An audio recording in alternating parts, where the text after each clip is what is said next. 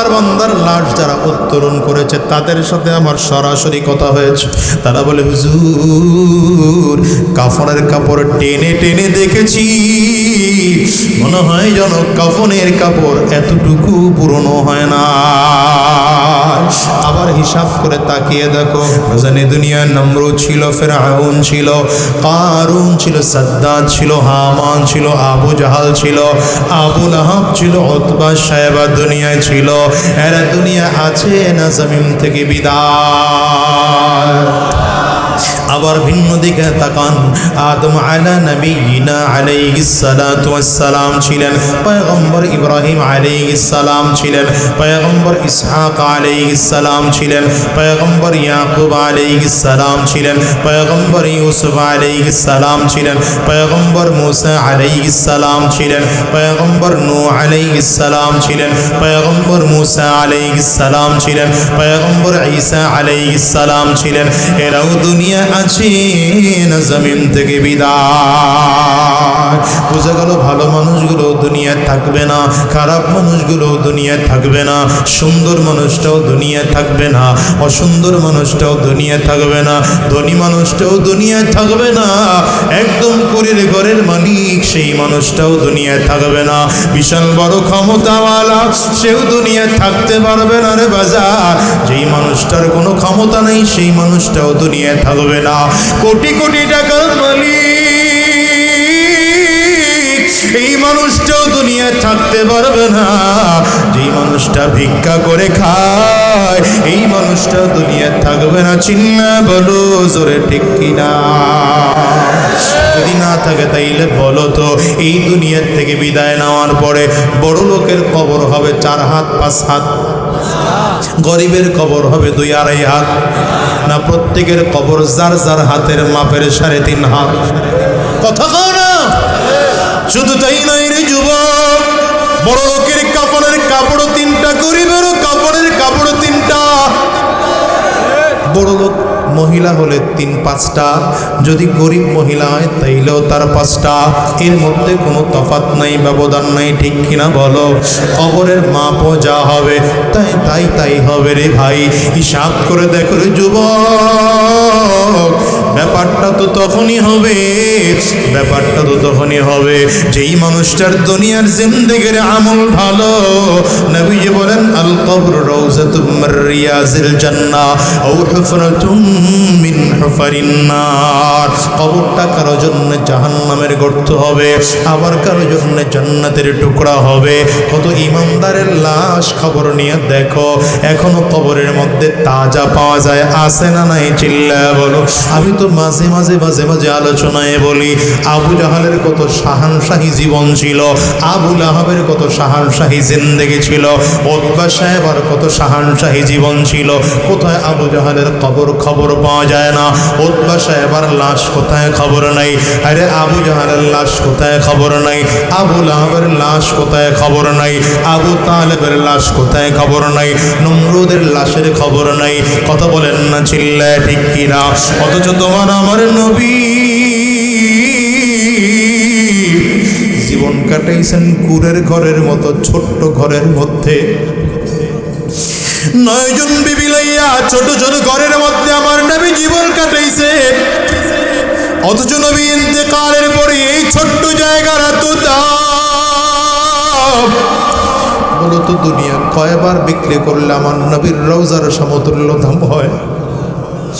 আরে তাকায় দেখুন, আজকে লক্ষ কোটি কোটি মানুষ আমার নবীর রওজা জিয়ারত করার জন্য মদিনায় পাগল হয়ে দৌড়ায়। আছে না? আছে না? কথা কও না? আছে না?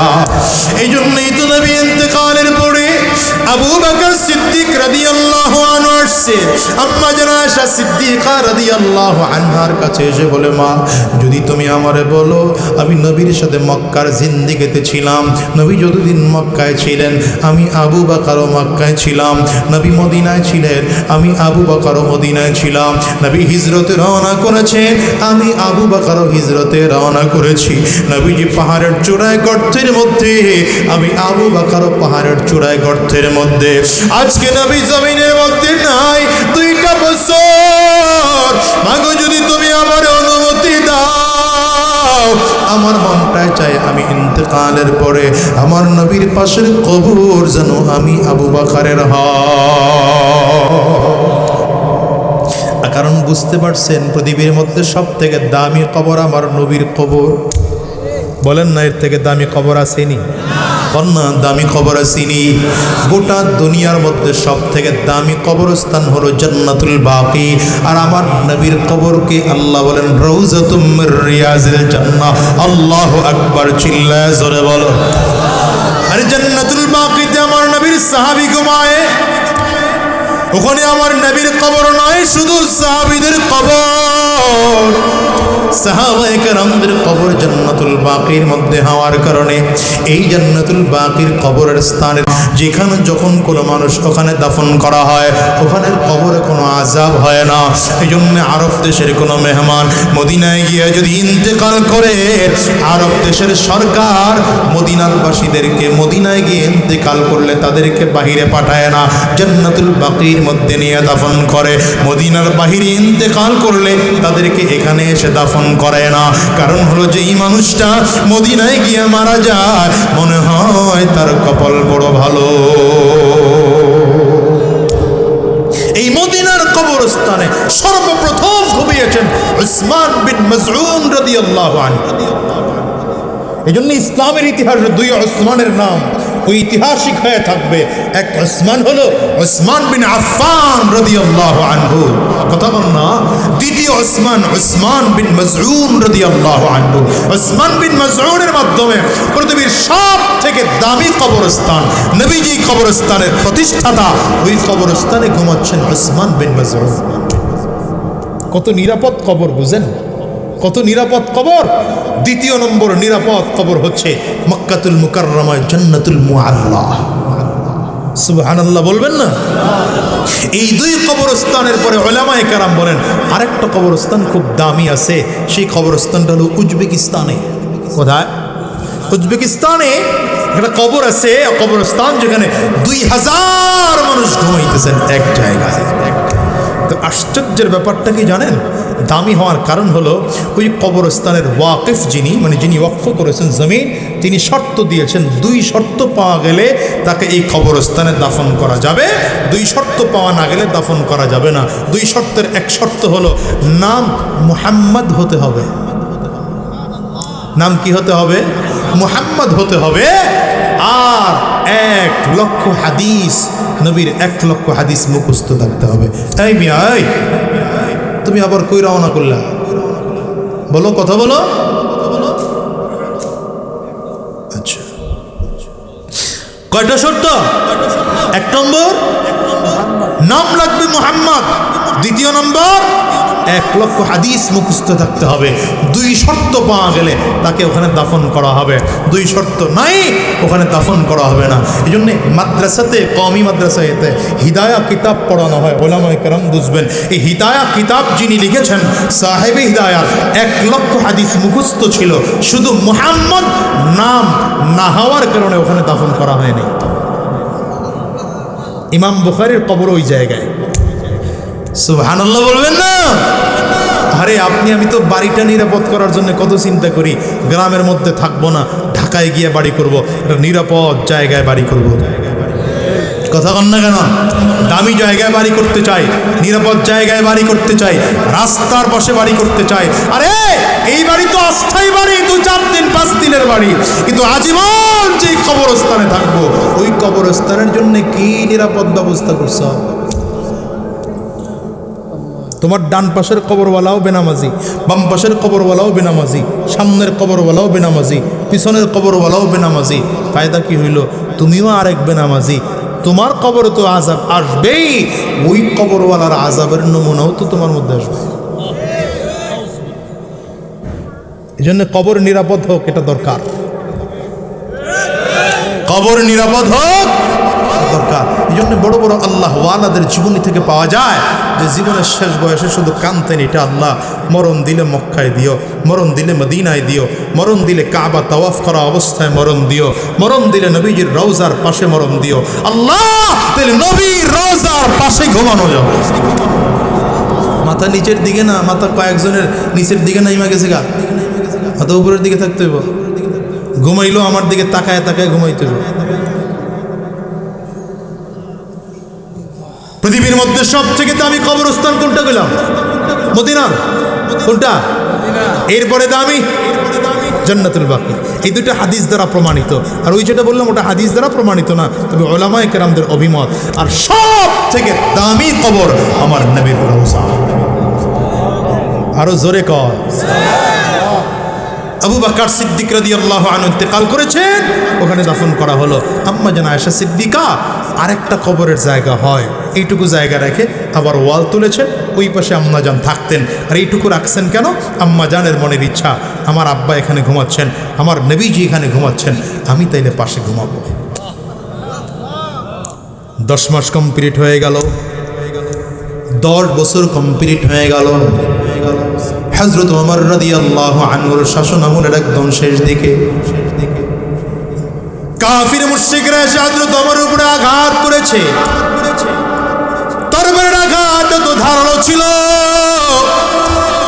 তরবারির আঘাতের কারণে পেটের খাদ্যথলি পর্যন্ত কেটে গিয়েছে। চিকিৎসকরা বলল, আমিরুল মুমিনিন খলিফাতুল মুসলিমিন আমর, খাদ্যথলি কেটে গেলে রোগী বাঁচানো সম্ভব হয় না, আপনিও দুনিয়ায় বেশিক্ষণ বাঁচবেন না। তাড়াতাড়ি করে আপনার পরবর্তী খলিফা কে হবে নির্ধারণ করেন। আমিরুল মুমিনিন খলিফাতুল মুসলিমিন ইন্তেকালের আগ মুহূর্তে নিজের সন্তানকে ইশারা করে ডাক দেয়, আব্দুল্লাহ রে আমার কাছে আয়, আয় আব্দুল্লাহ কাছে আয়। আব্দুল্লাহ ইবনে ওমর কাছে এসেছে। আব্দুল্লাহ ইবনে ওমরকে ডেকে বলে, সন্তান রে তাড়াতাড়ি করে যা, আম্মা জান আয়েশা সিদ্দিকার কাছে গিয়ে অনুমতি চা। আম্মা জান যদি বলে আমার বোনটাই চার, নবীর পাশে আর আমার বন্ধু আবু বকরের পাশের কবরটা যেন আমার হয়। আম্মা জানের কাছে যাওয়ার সাথে সাথে পারমিশন দিয়ে দিলেন। আম্মা জান বললেন, শোনো পারমিশন দিয়ে দিলাম। পারমিশন নিয়ে আসছেন আব্দুল্লাহ ইবনে ওমর হযরত ওমর রাদিয়াল্লাহু আনহুর কাছে। হযরত ওমর রাদিয়াল্লাহু আনহুর কাছে এসে বললেন, আব্বু পারমিশন হয়ে গেছে। হযরত ওমর বলেন, না রে বাবা, এখনো পারমিশন হয় নাই, তুমি এখনো অপেক্ষা করো। আমি যখন ইন্তেকাল করব আমারে সুন্দর করে গোসল করাইবা, আমারে সুন্দর করে গোসল করাইয়া যখন কাফনের কাপড় পরাইবা, জানাজা কমপ্লিট করাইবা, এরপরে আমার লাশটা কাঁদিয়া কাঁধের মধ্যে উঠাইয়া আম্মা জানের দরজার সামনে নিয়ে দাঁড় করাইবা। আম্মা জানের কাছে আবার পারমিশন চাইবা। আম্মা জান, খাত্তাবের ছেলে ওমর নবীর গোলাম ওমর আপনার কাছে পারমিশন চায়। আপনি যদি পারমিশন দেন তাইলে আমরকে জান্নাতুল এখানে নবীজির পাশেই দাফন করা হবে। যদি আপনি অনুমতি না দেন জান্নাতুল বাকির মধ্যে দাফন করা হবে। আম্মা জানের কাছে কেন পারমিশন চাইবা জানো? হযরত ওমর বলে, সন্তান এখন তুমি মদিনার গভর্নমেন্টের প্রেসিডেন্ট, এখন আমি খলিফাতুল মুসলিমিন, এখন আমি আমিরুল মুমিনিন। হতে পারে আম্মা জান লজ্জায় পড়ে আমাকে অনুমতি দিয়েছেন, কিন্তু আমি যখন ইন্তেকাল করব তখন আমার পরিচয় খলিফাতুল মুসলিমিন থাকবে না, আমার পরিচয় আমিরুল মুমিনিন থাকবে না, আমার পরিচয় অর্ধ পৃথিবীর শাসক আমার থাকবে না। তখন আমার পরিচয় খাত্তাবের ছেলে আমার, আমার পরিচয় নবীর সাহাবী ওমর। এই ওমরকে যদি আম্মা জান পারমিশন দেয় তাইলে আমার নবীর পাশে আমার দাফন কইরো, আর যদি পারমিশন না দেয় জান্নাতুল বাকির মধ্যে নিয়ে আমার দাফন করবা। তেমনি করা হলো। যখন হযরত ওমর ইন্তেকাল করলেন তাকে সুন্দর করে গোসল করাইয়া কাফনের কাপড় পরানো হলো। গোসল করাইয়া কাফনের কাপড় পরানো কমপ্লিট হয়ে গেলে না জানাজা পড়ানো হলো। জানাজা পড়ানো শেষ হয়ে গেলে কাটিয়াটা কাঁধের মধ্যে উঠিয়ে আম্মা জানের দরজার সামনে রেখে আব্দুল্লাহ ইবনে ওমর ডাক দেয়, আম্মা জান যদি পারমিশন দেন আমার আব্বুকে আমার নবীর পাশে আবু বকর সিদ্দিকের পাশে ঘুম পাড়াইতে চাই। আম্মা জান ভেতর থেকে বলে, আব্দুল্লাহ রে শোনো, আমি তো আমার নজরে তাকিয়ে দেখি নবীর পাশে ঘুমানোর মতো গোটা পৃথিবীর মধ্যে দুইজনের মাত্র অধিকার আছে। একজন আমার বাবা আবু বকর, আর একজন নবীর সাহাবী ওমরের। এই দুইজন ছাড়া আমার নবীর পাশে ঘুমানোর আর কারো সাধ্য নাই। ওরে হযরত ওমর রাদিয়াল্লাহু আনহু কেন নবীজির পাশে ঘুমানোর জন্য ফিকির করেছেন? কেন ফিকির করেছেন? একটাই মাত্র কারণ, পৃথিবীর মধ্যে সব থেকে নিরাপদ কবর হলো আমার নবীর কবর। যেই নবীর আশেপাশেও আযাব নয়, যেই নবীর কবরটা রিয়াজুল জান্নাহ। হযরত ওমরের মনে বড় ভয়, ও দয়ার মালিক, যদি আমার কবরটা জাহান্নামের আগুন হয়ে যায়, নবীর পাশে ঘুমাইব, আমার কবর নবীজির বরকতে মুক্তি থাকবে। অথচ কে আমর জানো, যে আমরকে নবীজি জান্নাতের সার্টিফিকেট দিয়েছেন, জান্নাতের সার্টিফিকেট দিয়েছেন নিজের জীবদ্দশায়। এই আমর রাদিয়াল্লাহু আনহুকে যখন কাফির মুশরিকরা আঘাত করেছে, হযরত ওমরকে মসজিদে নববীর বারান্দার মধ্যে এসে শোয়াইয়া দেওয়া হলো। হযরত ওমর নিজের গাল মাটির সাথে ঘষতেছে, আর আওয়াজ করে কান্না করতেছে, ওয়াইলুল লাকা ইয়া উমর, ওয়াইলুল লাকা ইয়া উমর ইল্লাম ইয়াগফির লাকা রাব্বুক, ওয়াইলুল লাকা ইয়া উমর ইল্লাম ইয়াগফির লাকা রাব্বুক। হে ওমর, তুই তো ধ্বংস, যদি তোর মালিক তোরে মাফ না করে তাইলে তুই ধ্বংস হয়ে যাবি। ও যুবক রে, কোন দুনিয়ার জন্য পাগল হয়েছ বলো? যে ওমর নবীজির জবানে জান্নাতের সার্টিফিকেট পেয়েছে, সেই ওমর যদি নিজেকে জাহান্নামের আগুন থেকে বাঁচানোর জন্য এমন করে কাঁদে। হযরত ওমর যখন কান্না করতেন, গালের মধ্যে দাগ পড়ে গিয়েছে। কান্না করতে করতে মানুষগুলো এসে বলে, ওমর, গালের মধ্যে কালো দাগ দেখতে ভালো দেখা যায় না, ঔষধ লাগান, গালের কালো দাগটা ভালো হয়ে যাবে। হযরত ওমর বলেন, কালো দাগ ঔষধ লাগাইলে ভালো হবে আমিও জানি, কিন্তু আমি ঔষধ লাগাবো না, কারণ কিয়ামতের ময়দানে আমার মালিকের সামনে দাঁড়াইব। আমার মালিক যদি ডাকতে, ওমর আমার কাছে কি নিয়ে আসছো রে ওমর, সেই দিন আল্লাহর সামনে দাঁড়াইয়া বলবো, ওগো মালিক, আর কিচ্ছু তোমার দরবার নিয়ে আসতে পারি না, একমাত্র তোমার ভয়েতে, তোমার জাহান্নামের ভয়েতে। কাঁদতে কাঁদতে গালের মধ্যে কালো দাগ পড়াইয়া নিয়ে আসছি আমি ওমর। ওরে কলিজার টুকরা যুবক, হিসাব মিলাও। হযরত ওমর রাদিয়াল্লাহু আনহু রাস্তা দিয়ে হাঁটতেন। হযরত হুযায়ফা রাদিয়াল্লাহু আনহুর সাথে দেখা হলে হাত ধরে ধরে বুকের সাথে লাগাইয়া বলতেন, আরে ভাই হুযায়ফা, তোমার কাছে তো আমার নবী মুনাফিকের লিস্টিটা দিয়ে গেছে, একটু বলো তো মুনাফিকের লিস্টের মধ্যে আমার নাম আছে?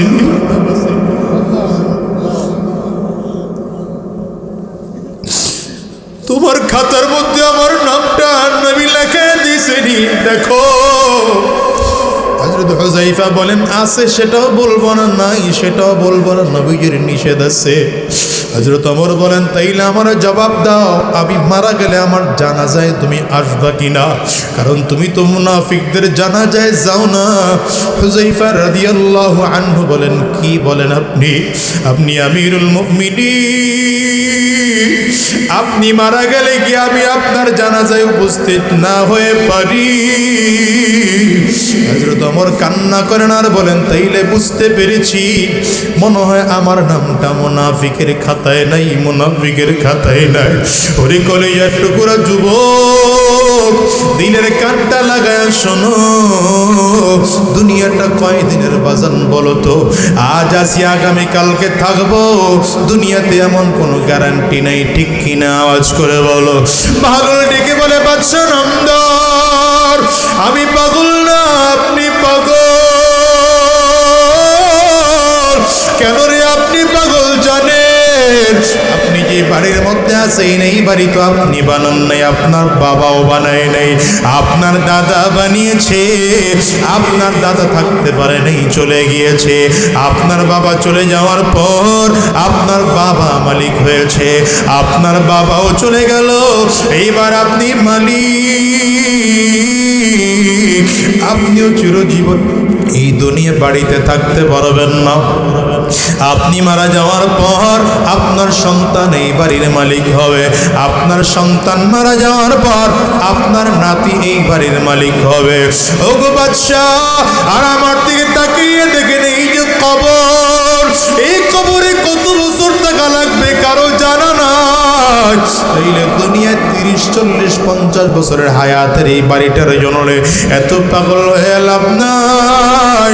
আমার কবরের জিন্দেগি কেমন হবে জানি না, এই জন্য আমি কবরের মধ্যে এসে পড়ে থাকি।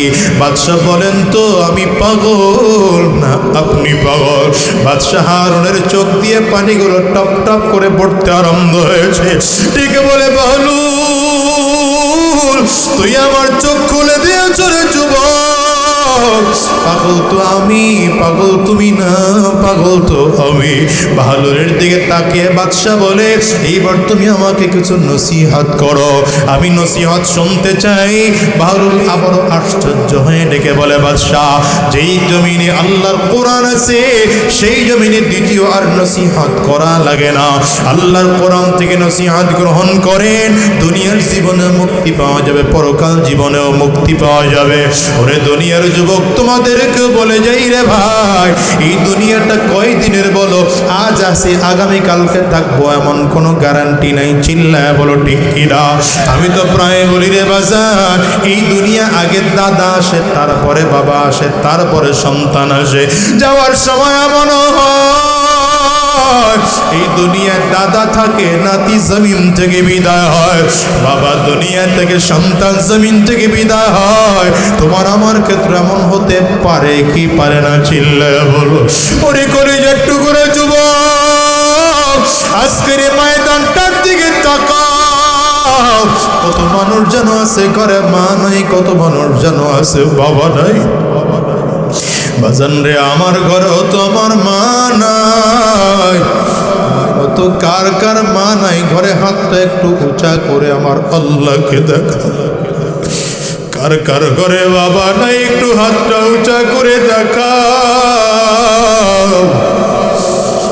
হাতগুলো তুলে রাখো বাজান, হাতগুলো নামাইও না, হাতগুলো নামাইও না, হাতগুলো তুলে রাখো। আমার যুবকেরা তাকাইয়া তাকাইয়া দেখুক মাহারা মানুষগুলোর চোখ দিয়ে কেমন করে পানি বের হয়, বাবা হারা মানুষগুলোর চোখ দিয়ে কেমন করে পানি বের হয়।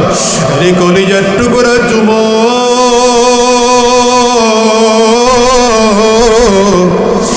দুনিয়ায় কয়দিন থাকবা বলো? তাকে দেখো এতগুলো মানুষ হাত তুলেছে, এদের কারো ঘরে মা নাই, কারো ঘরে বাবা নাই, কারো ঘরে আব্বা আম্মা দুইজনের কেউ নাই। হাতগুলো নামান। এ বাজার তাকে দেখো, এই মানুষগুলো বড় অসহায় হয়ে আছে। আজরাইল কোন দিন জানি সামনে এসে দাঁড়িয়ে যাবে। যদি গুনাহগার মালিকের মোহাব্বত নিয়ে দাঁড়াইতে না পারো, কিয়ামতের ময়দানটা বড় ভয়ঙ্কর। কিয়ামতের ময়দানে মানুষগুলো যেই দিন দাঁড়াবে, মানুষগুলো দাঁড়িয়ে দেখবে জাহান্নামের আগুনগুলো ঘুরিম ঘুরিম আওয়াজ দিয়া ডান দিক থেকে জাহান্নামের আগুন আগায়। মানুষগুলো বাম দিকে তাকাবে, দেখবে বাম দিক থেকেও জাহান্নামের আগুন আগায়।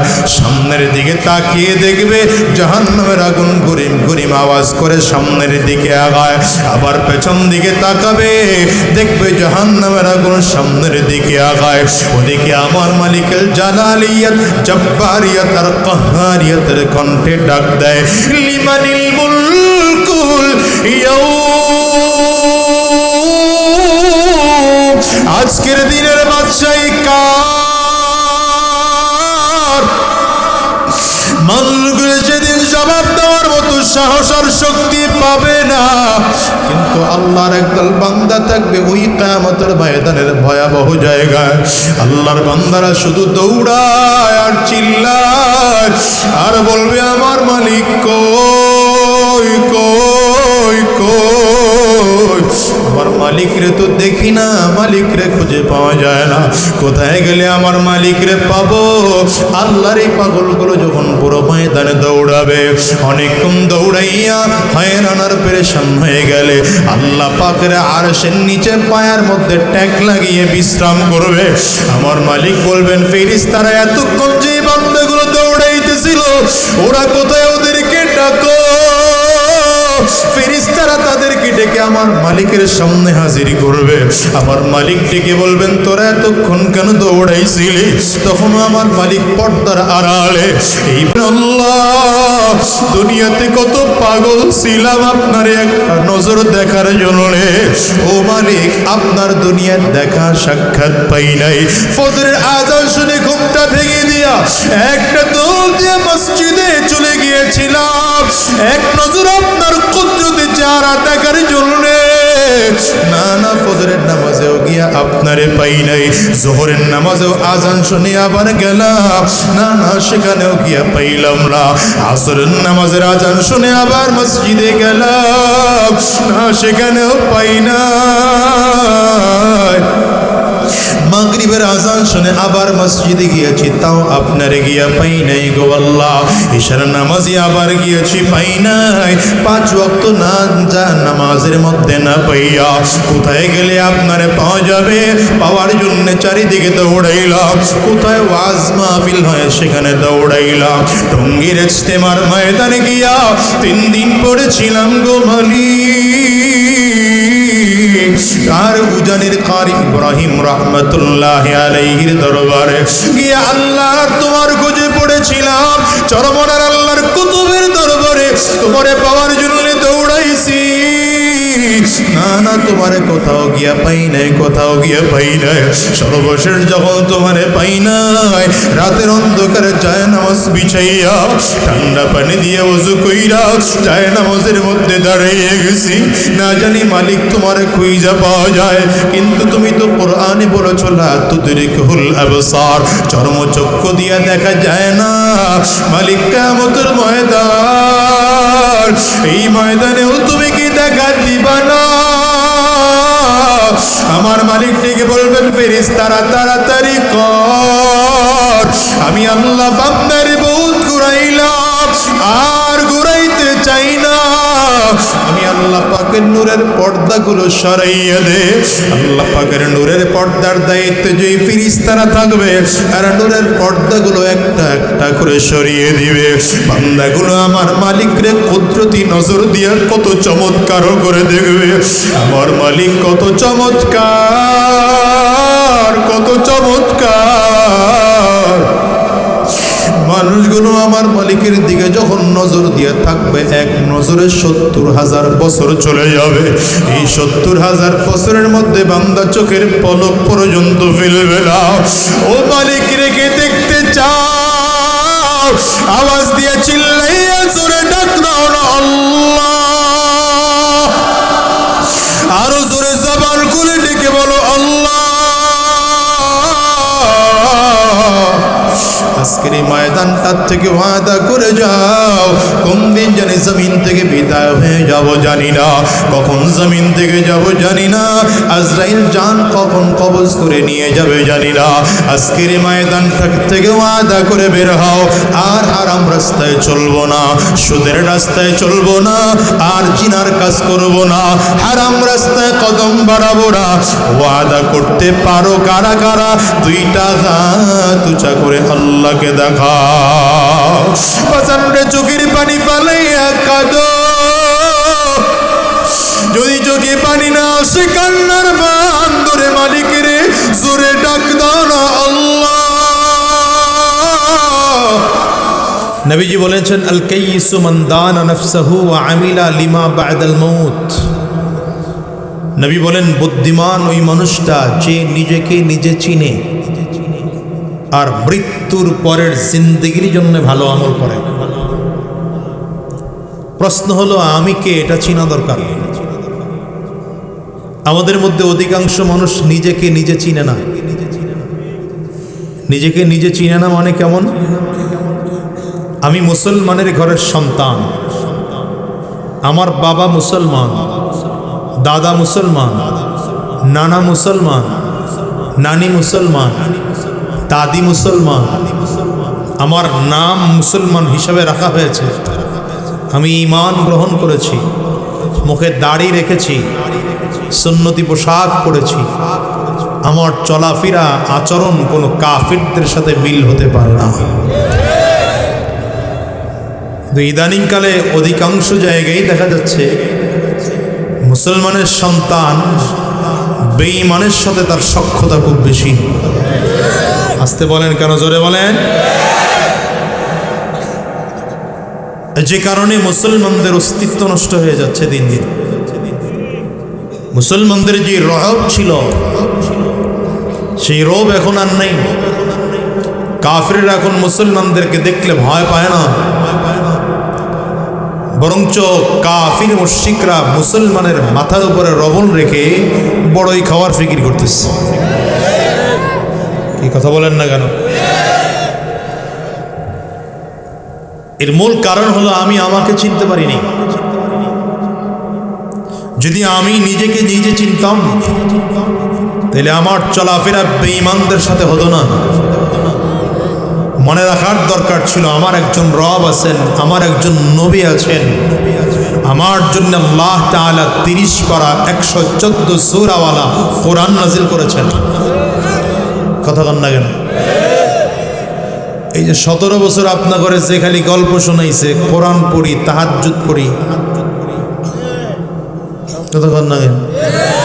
সেও তো কোরআন পড়ছে, তাহাজ্জুদ পড়ছে, কিন্তু কোরআন দিয়ে নিজের জীবনটাকেও সাজায় নাই, পরিবারকেও সাজায় নাই, দেশটাকেও সাজানোর ফিকির করে নাই।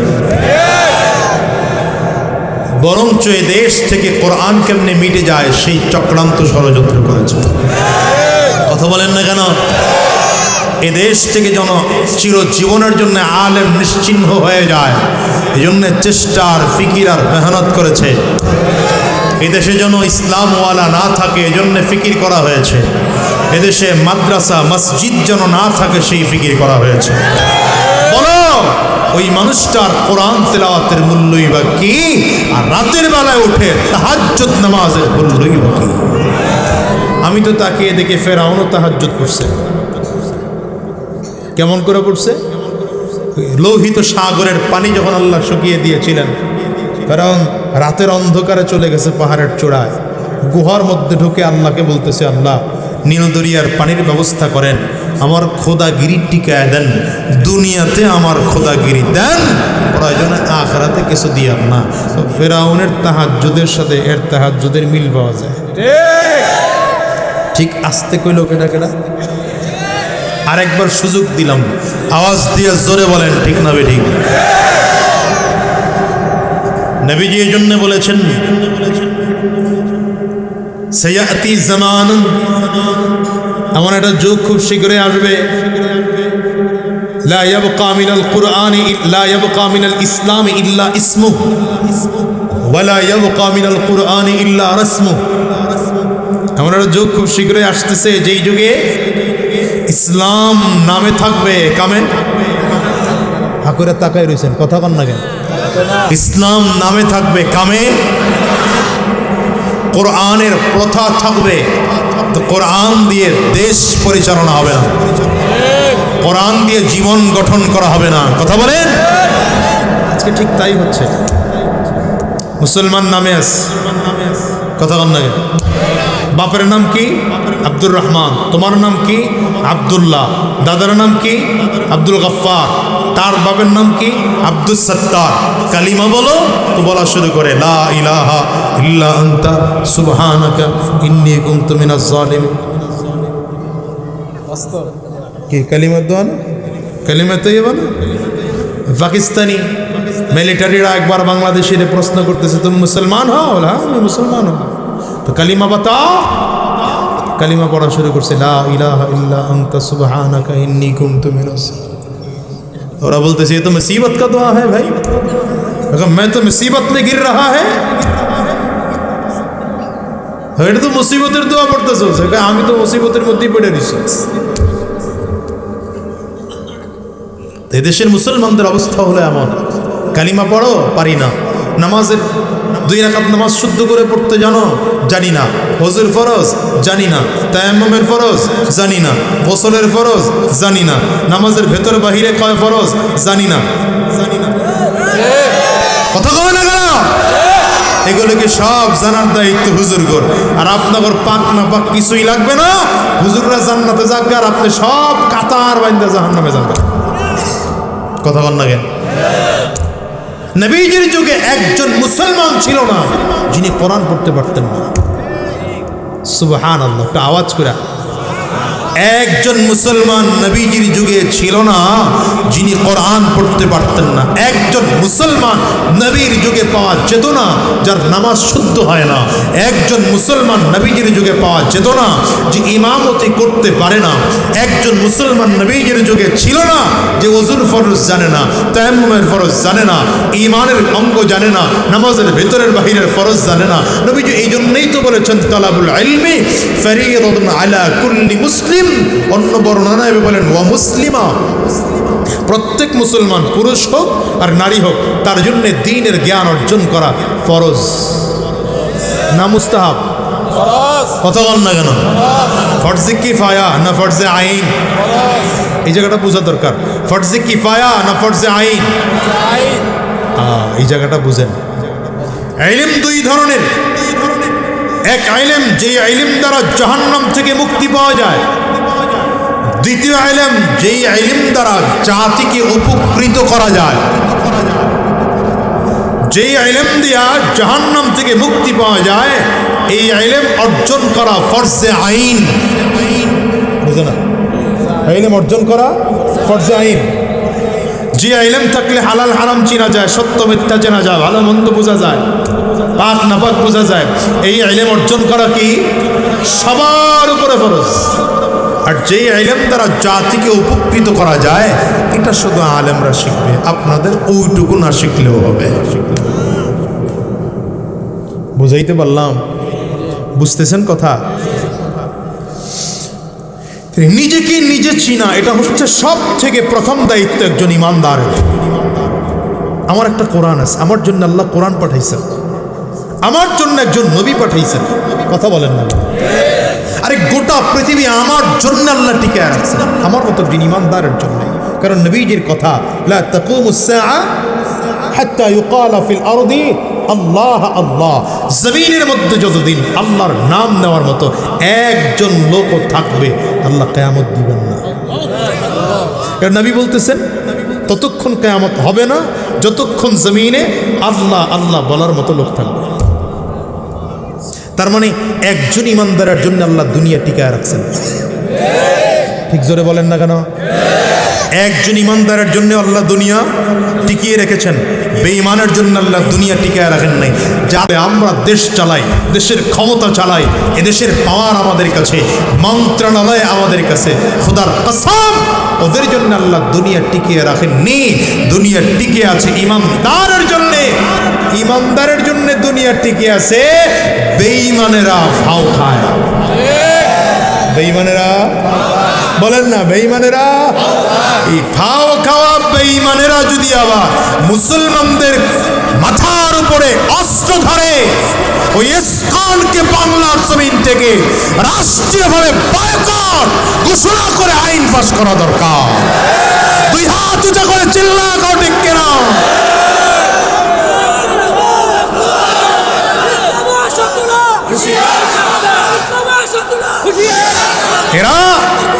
এরা বাড়তে বাড়তে এমন বড় বেড়েছে। আজকে দেখলাম হিন্দুদের, আমরা হিন্দু ধর্মের একটুকু অবজ্ঞা করছি না,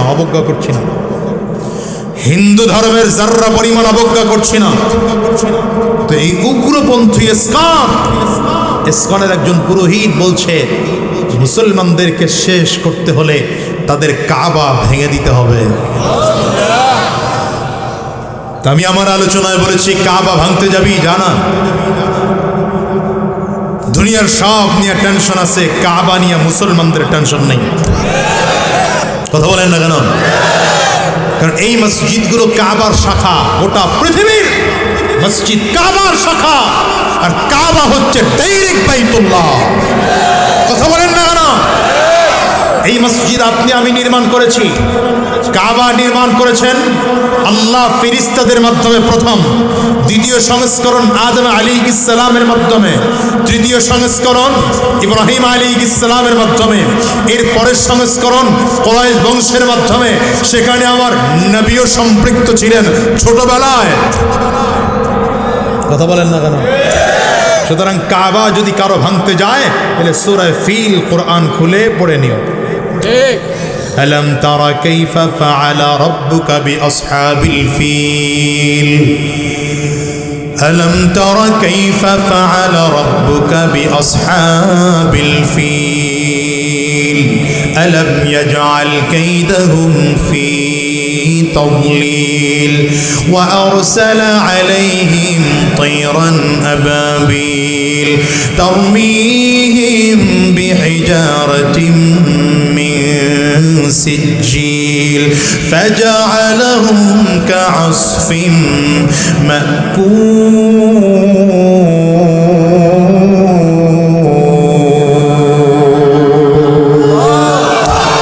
রাসূলুল্লাহ সাল্লাল্লাহু আলাইহি ওয়াসাল্লামের জন্মের 40 দিন আগে হস্তি বাহিনী বিশাল বড় বড় হাতি নিয়ে এসেছে কাবা ভাঙার জন্য।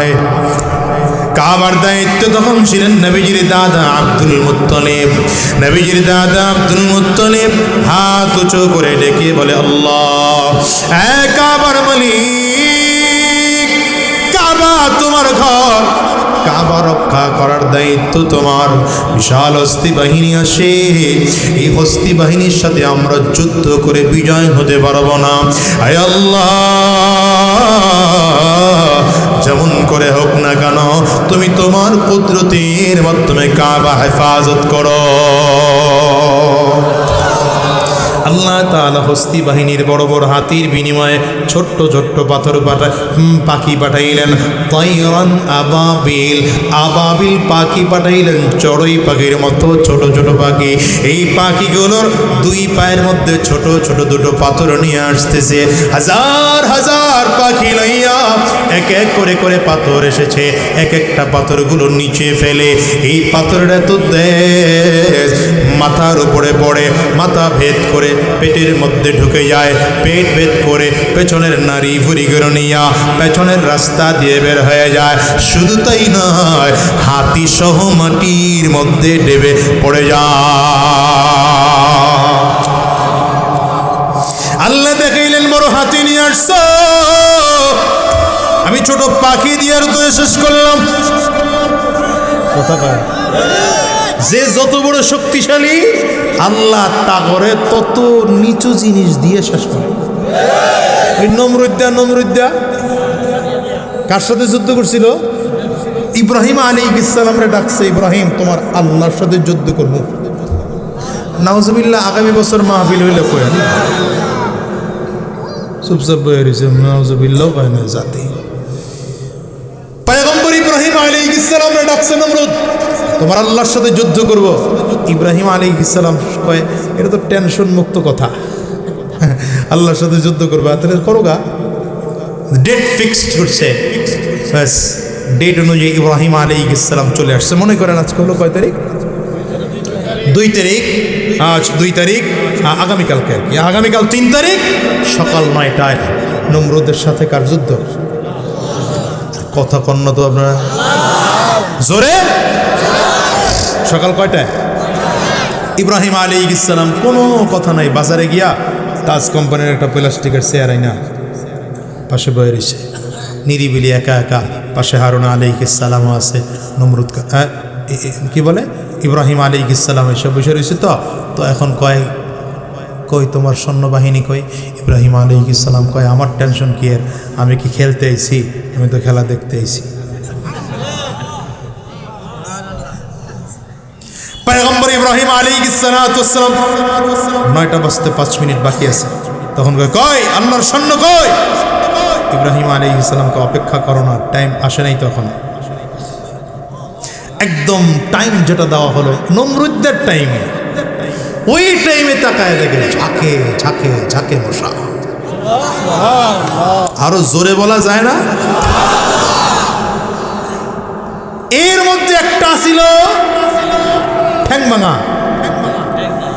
হ্যাঁ, এই ঠ্যাং ভাঙা মশায় চিন্তা করতেছে আমি এত ভিড়ের মধ্যে ইজতেমায় যাবো না, ঝামেলা হয়েছে। আমি যাব ঠিক, কিন্তু টঙ্গী ব্রিজের গোড়ায় গাড়িতে বৈশাই ওয়াজ শুনবো। কথা বল না, তুরাগ নদীর পাশে এত ভিড়ের মধ্যে টঙ্গীর ইজতেমায় গিয়া মানুষের বাড়ার তলে ঘুরে লাভ আছে। এই চরমনাই মাহফিল গেল গত 2 দিন আগে, এত ভিড়ের মধ্যে গিয়া দরকার নাই আমি লঞ্চেরতেই নামবো না। আসেনি এমন কিছু মানুষ, মশাও চিন্তা করছে আমি যেহেতু ঠ্যাং ভাঙা, ও নিরিবিলি এক জায়গায় পজিশন নিয়ে দাঁড়ায় আছে। বাকি মশাগুলো এসে যখন কামড় শুরু করছে, এক একজন এক এক দিকে দৌড় দেয়, মশার কামড় খায় তো সহ্য করতে পারে না। নমরুদ দিছে সোজা দৌড়, যেই দিক দিয়ে দৌড় দিছে ওর উপরই মশা বেরিয়েছে। কোনটা? ঠ্যাং ভাঙাটা। ও ডাক দিয়ে আল্লাহ আমি তো ঠ্যাং ভাঙা, কিন্তু আমার সামনে দিয়ে তো বড়টা যাইতেছে, তুমি যদি আমার একটু বাড়তি পারমিশন দিতা আমি তাইলে এইটারই ধরতাম।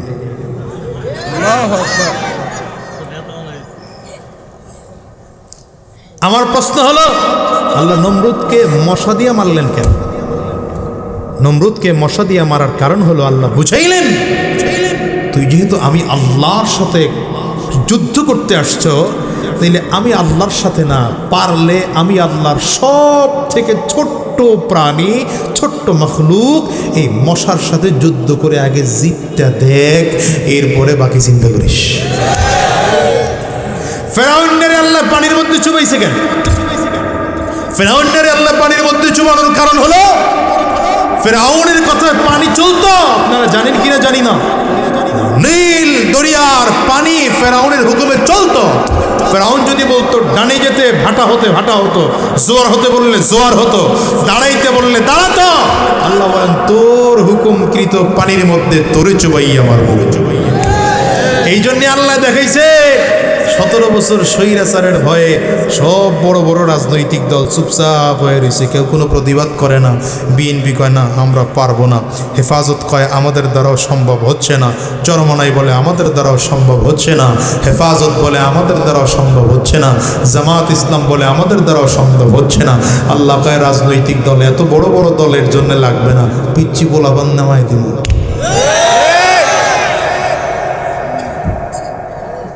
বুঝেন নাই না? কাগরে নামায় দেব। এমন আন্দোলন পিচ্ছি বলাবান করবে, দুপুরের ভাত পাকানো থাকবে, না খাইয়া বানানো লাগবে। এখান থেকে শিক্ষা গ্রহণ করো, শিক্ষা গ্রহণ করো, শিক্ষা গ্রহণ করো। আল্লাহ ফেরাউনের লাশ মুক্তি দিয়ে আল্লাহ নিজে বলতেছেন আল ইয়াউমা নুনাজ্জিকা বিবাদানিকা লিতাকুনা লিমান খালফাকা আয়া। বলেন শেষের আয়াতটুকুর শেষ অংশ কি? লিতাকুনা লিমান খালফাকা আয়া। বলেন লিতাকুনা লিমান খালফাকা আয়া। ফেরাউনের লাশকে আল্লাহ হেফাজত করছেন কেন? আল্লাহ নিজেই বলেন যেন কিয়ামত পর্যন্ত মানুষগুলো তোরে দেখে নিদর্শন গ্রহণ করতে পারে, শিক্ষা গ্রহণ করতে পারে। তো আমরা শিক্ষা গ্রহণ করতে পারলে ভালো হব, আর যদি শিক্ষা গ্রহণ করতে না পারি কয়দিন পরে আবার কারো যেন ফালানো লাগে। বুঝতেছেন নি কথা? রাগ করেন না, কথাগুলো রাগ করেন না। আল্লাহ এতক্ষণ কথা বলছি, মূল কথা হলো নিজেকে নিজে চিনো আগে। আমি চাইলেই দাড়ি কামাতে পারি না, চিনতে হবে এটা। কথা বলেন না কেন? বাদশার ছেলে চুরি করতে পারে না, বাদশার ছেলে চাইলেই ডাকাতি করতে পারে না। বাদশার ছেলের একটা মূল্য আছে। নবীজির উম্মত মুহাম্মদুর রাসূলুল্লাহ উম্মত, কোরআনের অনুসারী, আল্লাহর গোলাম চাইলেই দাড়ি কামাতে পারে না, চাইলেই দাড়ির মধ্যে খুর লাগাতে পারে না, চাইলেই বেনামাজি হতে পারে না, চাইলেই জাহান্নামীদের সাথে চলতে পারে না। আল কাইস মান দানা নফসহু, যে নিজেকে নিজে চিনে। নবী বলেন ওয়া আমিলা লিমা বাদাল মাউত, আর মৃত্যুর উপরে ভালো আমল করে, মৃত্যুর উপরের জিন্দেগির জন্য এখনই ভালো আমল করে। বাহলুল নামে এক লোক ছিল হারুন রশিদ রহমতুল্লাহ আলাইহির যুগে। আচ্ছা এই কথাটা কি বন্ধ করা যায় না বাচ্চাদের? আরে যারে ভূত ছাড়াই দিয়ে বাড়াইছি হ্যারেও বুঝে ধরছে। আর আপনি ওখানে গিয়ে দম খাইলে কাজ হবে না, তো গোলাবন করে একটা স্বেচ্ছাসেবক দেন। বাদশাহ হারুন রশিদ রহমতুল্লাহ আলাইহির যুগে একজন পাগল ছিল, পাগল মানুষ তাকে পাগল জানতো। নাম কি তার? বাহলুল। এই লোকটা অধিকাংশ সময় কবরস্থানে থাকতো। কোথায় থাকতো? বাদশাহ একবার রাস্তা দিয়ে হেঁটে যায়, তো ডাক দিছে, এই বাহলুল, তোর কি মাথা কোনোদিন ভালো হবে না? তুই সুস্থ হবি না কোনোদিন? বাহলুল উল্টা ডেকে বলে, বাদশাহ তুমি কোনোদিন ভালো হবে না। আল্লাহু আকবার, কি কথা! বাহলুলের মুখে এই কথা শুনে বাদশার মিজাজ গরম। কবরের পাশে আসছে, বলে, আয় বেটা, আমি পাগল নাকি? পাগল তো তুই। কেন? এই যে তুই বাড়ি ঘর ছাইরা সব দিয়ে এখানে এসে বসে রইছ। বাহলুল ডেকে বলে, বাদশাহ আপনার যে বাড়িটা, এই বাড়িটা আপনি বানাইছেন? কয় না। তা কে বানাইছে? এটা তো আমার দাদা বানিয়েছে। কোথায় আপনার দাদা? মানে গেছে গা। তারপরে মালিক কে হলো? বলে আমার বাবা। আপনার বাবা কই? চলে গেছে। তারপরে মালিক কে হলো? বলে আমি। আপনি চিরজীবন থাকবেন? বলে না। আপনার পরে কে হবে? বলে আমার সন্তান। আপনার সন্তান চিরজীবন থাকবে? না। তারপরে কে হবে? বলে আমার নাতি। কি ব্যাপারটা তো এমনই নাকি? কথা বলেন না কেন? ব্যাপারটা এরকম না? প্রাথমিক পর্যায়ে অন্তত স্থায়ী বাড়ি যদি ধরা হয় তাহলে কবর। কথা বলেন। আর মুমিনের স্থায়ী বাড়ি হলো জান্নাত। মুমিনের স্থায়ী বাড়ি কোথায়? আর দুনিয়া যত বাড়ি আপনার আমার আছে, এই সব বাড়ি আজ থেকে 100 বছর আগে কেউ আপনি আমি মালিক ছিলাম না। আজ থেকে 200 বছর আগে যারা মালিক ছিল তারাও ছিল না। কথা বলেন না কেন? এই জমি একসময় আপনার বাবা, তার আগে দাদা, তার আগে তার বাবা, তার আগে তার বাবা। আবার আপনি যে বাড়ি তৈরি করতেছেন, এই বাড়িতে আপনি থাকতে পারবেন না, আপনার ছেলে থাকবে, ছেলেও পারবে না, নাতি থাকবে। কথা কন না, ঠিক না? এই যে নয় তোরা আসল বাড়ি, কবর যে তোরা আসল ঠিকানা। এই যে নয় তোরা আসল বাড়ি, কবর যে তোরা আসল ঠিকানা। ঠিক কিনা বলেন না? ও তো এই তো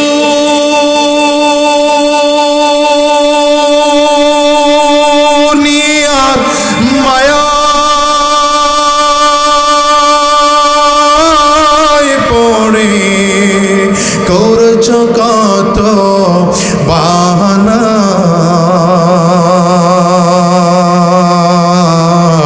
এই যে নয় তোরা আসল বাড়ি, কবর যে তোরা আসল ঠিকানা।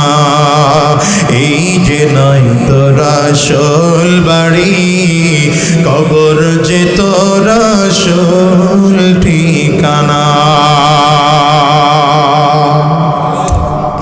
পূর্বপুরুষ সবই গেল,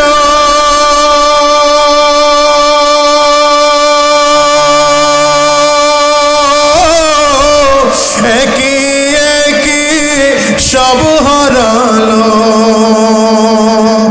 বাবা গেল, দাদা গেল,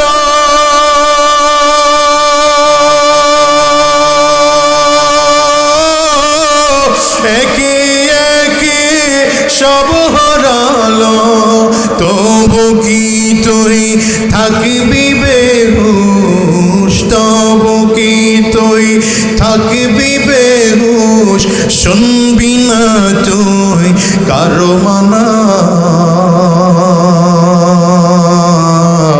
এই যে নয় তোরা আসল বাড়ি, কবর যে তোরা আসল ঠিকানা।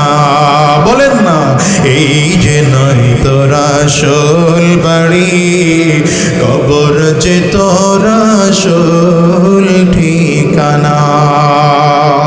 বাজানে দুনিয়ার নমরুদ ছিল, ফিরআউন ছিল, কারুন ছিল, সাদ্দাত ছিল, হামান ছিল, আবু জাহাল ছিল, আবু লাহাব ছিল, উতবা সাহেবা দুনিয়ায় ছিল। এরা দুনিয়া আছে না জমিন থেকে বিদায়।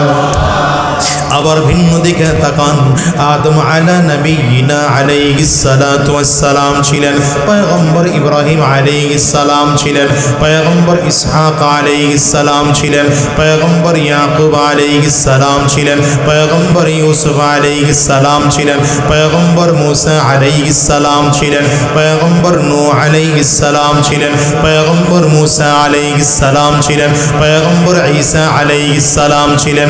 এরাও দুনিয়া আছে না জমিন থেকে বিদায়।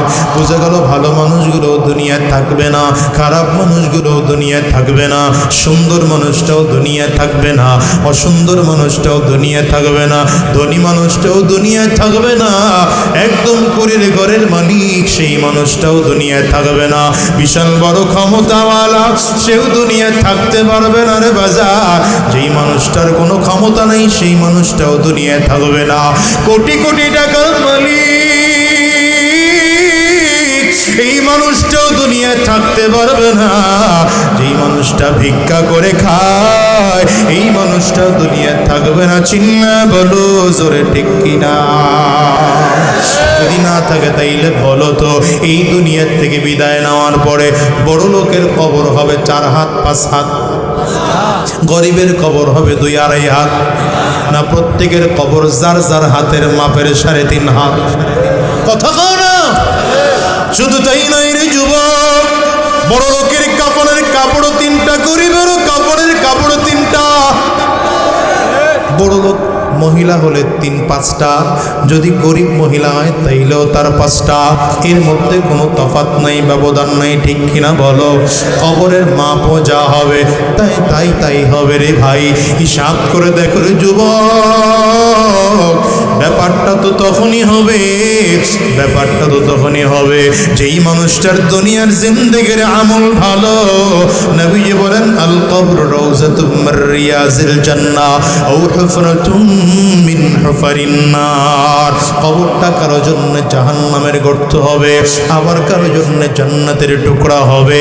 কত ইমানদারের লাশ খবর নিয়ে দেখো, এখনো কবরের মধ্যে তাজা পাওয়া যায়, আছে না নাই? চিল্লা বলো।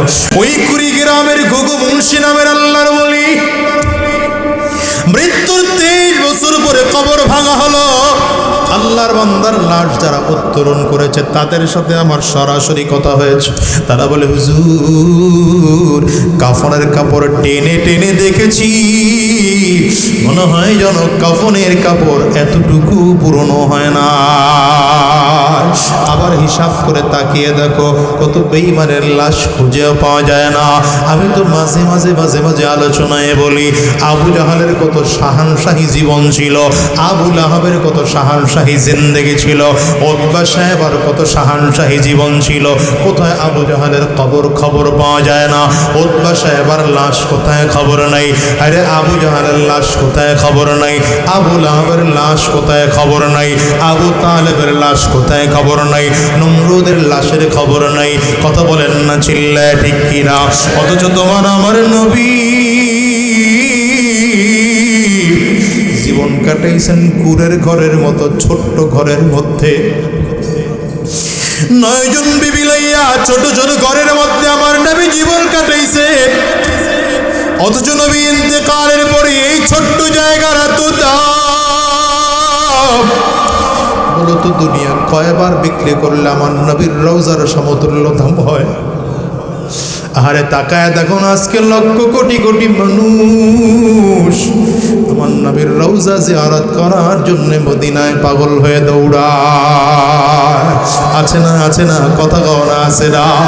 এই জন্যই তো নবী ইন্তেকালের পরে আবু বকর সিদ্দিক রাদিয়াল্লাহু আনহু আসছে।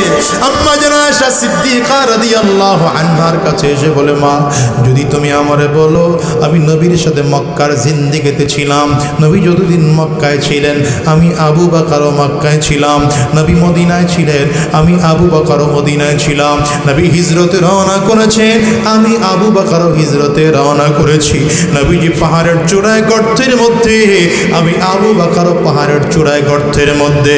আজকে নবী জমিনের মধ্যে নাই 2টা বছর, মাগো যদি তুমি আমার অনুমতি দাও আমার মনটায় চায় আমি ইন্তেকালের পরে আমার নবীর পাশের কবর যেন আমি আবু বকরের হয়।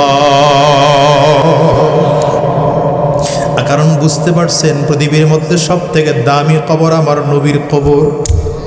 বলেন না এর থেকে দামি কবর আসেনি? কন্যা দামি কবর আসেনি? গোটা দুনিয়ার মধ্যে সব থেকে দামি কবরস্থান হলো জান্নাতুল বাকি, আর আমার নবীর কবরকে আল্লাহ বলেন রওজাতুম মির রিয়াজিল জান্নাহ। আল্লাহু আকবার, চিল্লায় জোরে বলো। আর জান্নাতুল বাকিতে আমার নবীর সাহাবী ঘুমায়, ওখানে আমার নবীর কবর নয়, শুধু সাহাবীদের কবর। সাহাবায়ে কেরামদের কবর জান্নাতুল বাকির মধ্যে হওয়ার কারণে এই জান্নাতুল বাকির কবরের স্থানে যেখানে যখন কোনো মানুষ ওখানে দাফন করা হয় ওখানের কবরে কোনো আযাব হয় না। এই জন্য আরব দেশের কোনো মেহমান মদিনায় গিয়ে যদি ইন্তেকাল করে, আরব দেশের সরকার মদিনার বাসীদেরকে মদিনায় গিয়ে ইন্তেকাল করলে তাদেরকে বাহিরে পাঠায় না, জান্নাতুল বাকির মধ্যে নিয়ে দাফন করে। মদিনার বাহিরে ইন্তেকাল করলে তাদেরকে এখানে এসে দাফন করে না। কারণ হলো যে এই মানুষটা মদিনায় গিয়ে মারা যায় মনে হয় তার কপাল বড় ভালো। এই মদিনার কবরস্থানে সর্বপ্রথম ঘুমিয়েছেন উসমান বিন মাজউন রাদিয়াল্লাহু আনহু। এই জন্য ইসলামের ইতিহাসে 2 উসমানের নাম ঐতিহাসিক হয়ে থাকবে। এক উসমান হলো উসমান বিন আফফান রাদিয়াল্লাহু আনহু, কথা বল না। দ্বিতীয় উসমান উসমান বিন মাজউন রাদিয়াল্লাহু আনহু। উসমান বিন মাজউনের মাধ্যমে পৃথিবীর সব থেকে দামি কবরস্থান নবীজি কবরস্থানের প্রতিষ্ঠাতা, ওই কবরস্থানে ঘুমাচ্ছেন উসমান বিন মাজউন। কত নিরাপদ কবর বুঝেন, কত নিরাপদ কবর। দ্বিতীয় নম্বর নিরাপদ কবর হচ্ছে মক্কাতুল মুকাররমায় জান্নাতুল মুআল্লা। সুবহানাল্লাহ বলবেন না? এই 2 কবরস্থানের পরে উলামায়ে কেরাম বলেন আরেকটা কবরস্থান খুব দামি আছে, সেই কবরস্থানটা হলো উজবেকিস্তানে। কোথায়? উজবেকিস্তানে একটা কবর আছে, কবরস্থান যেখানে 2000 মানুষ ঘুমাইতেছেন এক জায়গায়। তো আশ্চর্যের ব্যাপারটা কি জানেন?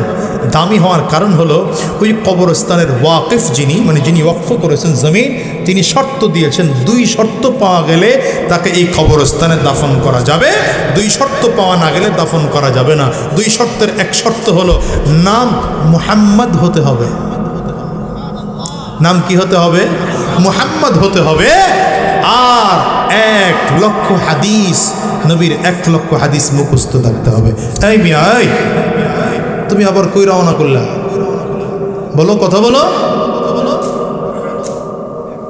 আচ্ছা, কয়টা শর্ত? 1 নম্বর নাম লাগবে মুহাম্মদ, দ্বিতীয় নম্বর 1 লক্ষ হাদিস মুখস্থ থাকতে হবে। 2 শর্ত পাওয়া গেলে তাকে ওখানে দাফন করা হবে, 2 শর্ত নাই ওখানে দাফন করা হবে না। এই জন্যে মাদ্রাসাতে, কওমি মাদ্রাসাতে হিদায়া কিতাব পড়ানো হয়। উলামায়ে কেরাম বুঝবেন, এই হিদায়া কিতাব যিনি লিখেছেন সাহেবে হিদায়া 1 লক্ষ হাদিস মুখস্থ ছিল, শুধু মুহাম্মদ নাম না হওয়ার কারণে ওখানে দাফন করা হয়নি। ইমাম বুখারীর কবর ওই জায়গায়। সুবহানাল্লাহ বলবেন না?